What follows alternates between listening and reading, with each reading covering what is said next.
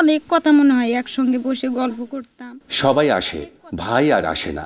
শহীদ আবু সাঈদের বিষণ্ণতায় ফুঁপে কাঁদছে বোন সুমি। চোখের জলে কাপড় ভিজছে, ফেলে আসা মধুর স্মৃতিগুলো বারবার জাগাচ্ছে।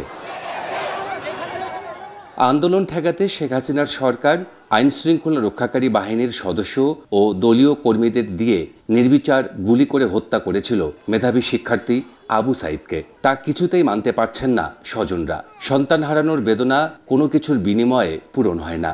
সন্তানের মরদেহ বৃদ্ধ বাবার কাঁধে ওঠা কত কষ্টের তা শুধু দুনিয়ার বাবারাই অনুভব করতে পারেন। আবু সাঈদ আমার সামনে নাই, এই বলে আমার একটা খুব দুঃখ হয়। সকল লোক আমার বাড়িতে আসতেছে, কিছু সহযোগিতাও করতেছে, এটা দেখে খুব গর্বিত মনে হয়। তা আমার ছেলেকে যে হত্যা করছে তাদের আমি কঠিন বিচার চাই, শাস্তি চাই, যেন ফাঁসি হয়। এই বিচার কার্যকর হলে আমার আত্মা শান্তি পাবে এবং আমার ছেলেও শান্তি পাবে। দেশের ন্যায় বিচার হবে। দেশের জন্য জীবন দিছে আমার ছেলে, শুধু এই জন্য আমার কথা মনে করে নাই, বাবার কথা মনে করে নাই, বোনের কথা মনে করে নাই, পাড়াবেশির কথা মনে করে নাই, ভাইয়ের ঘেরের কথা মনে করে নাই। আমার ছেলে বলতে পারে নাই বলে, মা আমরা হলো এই কোটা আমদানে যাচ্ছি, মা আমরা একটা কথা বলে নাই। অক্টোবর আছে, কত আমার ছেলে কষ্টই মারা গেছে। রক্তের বন্ধনে আছে ভাই বোনের গভীর সম্পর্ক। আবু সাঈদ ছিলেন পরিবারের স্বপ্নবাজ এক তরুণ। সব আশা ভরসা ভেঙে দিয়েছে ঘাতক পুলিশ। দাবি, দোষীদের আইনের আওতায় এনে ফাঁসিতে ঝুলিয়ে মৃত্যু দেয়ার। আর ভাই হত্যার বিচারে মামলা হলেও তা নিয়ে শঙ্কায় পরিবার। আমাদের এত টাকা পয়সা আসছিল না, কিন্তু শান্তি আসছিল, মনের মধ্যে খুশি আসছিল। দুইটা কথা বললেই খুশি লাগতো।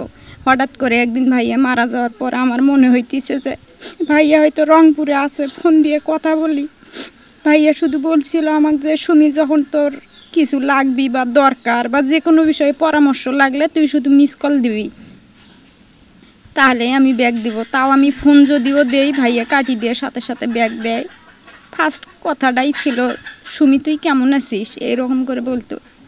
ভাইয়া মারা যাওয়ার পরে এই কথাটা আমাকে হাজারো ভাই আসি বলে যে তোমার হাজারো ভাই আছে, কিন্তু এইভাবে কেউ বলে নাই আমাকে আজ পর্যন্ত।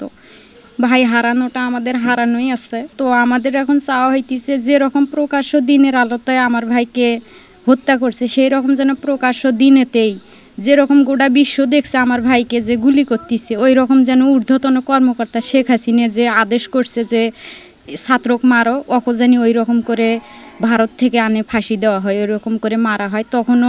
তখনে যত ছাত্রছাত্রী মারা গেছে তাদের মা বাবারও মনে শান্তি লাগবে, বা যত বোনের বুক খালি হয়েছে ভাইকে কেড়ে নিছে সেই বোনেরও আত্মা শান্তি পাবে, ভাইদেরও আত্মা শান্তি পাবে। আমরা যে মামলা করছি, এই মামলা করতে পদে পদে আমাদেরকে অনেক হয়রানি হতে হয়েছে, এবং আমরা যে সমস্ত লোকজনের নাম দেওয়ার জন্য প্রস্তুত আছিলাম, ওরা সেসব কাজ থেকে আমাদেরকে বিরত রাখছে।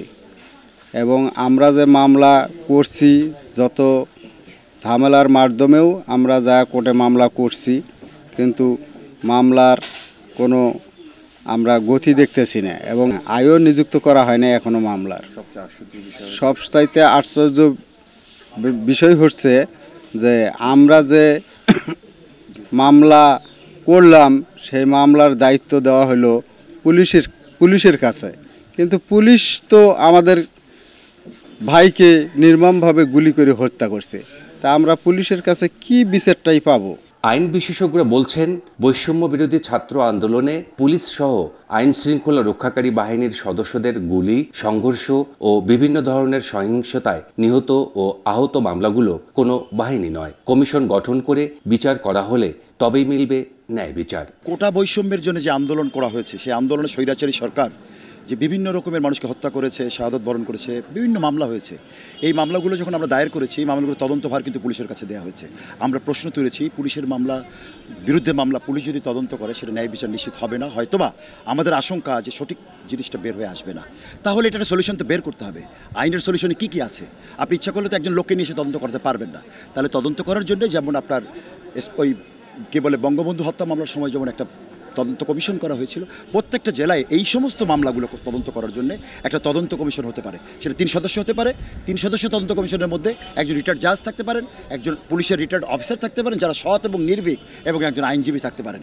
6টা চোখ দিয়ে তার তদন্তটা যদি সুপারভাইজ করা যায়, তাহলে আমার মনে হয় যে সঠিক তদন্ত হয়ে ন্যায় বিচার নিশ্চিত হওয়া সম্ভব।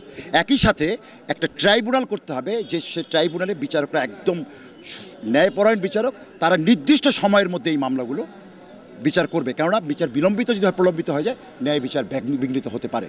মেঠোপথের গ্রাম চকচক করছে, পাল্টাছে অনেক কিছুই। রংপুরের পীরগঞ্জের বামুনপুরের পরিচিতি এখন বিশ্বজুড়ে। সবই শহীদ আবু সাঈদের প্রাণের বিনিময়। বৈষম্য বিরোধী ছাত্রদের বারুদ আন্দোলনে অধিকার আদায়ে প্রাণ দিয়েছেন আবু সাঈদ। মৃত্যুর পর তার গ্রামের বাড়ি তীর্থস্থানে পরিণত হয়েছে। জুয়েল আহমেদ, বাংলা ভিশন, পীরগঞ্জ, রংপুর।